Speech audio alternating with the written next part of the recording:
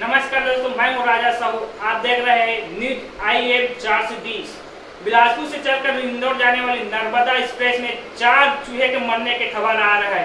घटना उस टाइम हुआ जिस वक्त महाकालेश्वर मंदिर जा रहे 4 चूहे अपने परिवार के साथ हुआ, जब कराची में उतर रहे थे। तो नमस्कार।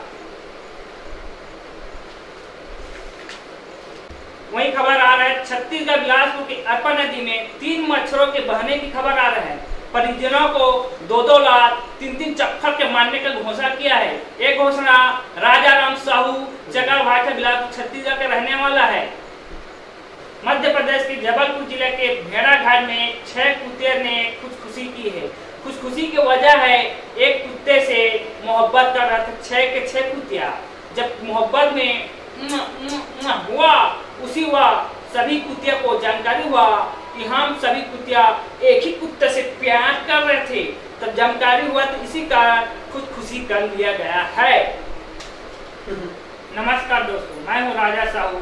आप देख रहे हैं IM 440। बिलासपुर से चलकर इंदौर जाने वाली नर्मदा एक्सप्रेस से 4 चूहे के कटने की खबर आ रहा है।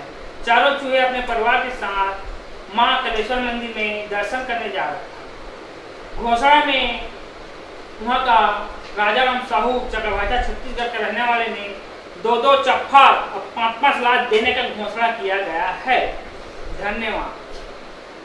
छत्तीसगढ़ के बिलासपुर जिले में भारी बारिश के हो चलते आज मच्छरों के दर्दनाक हादसा हो गया।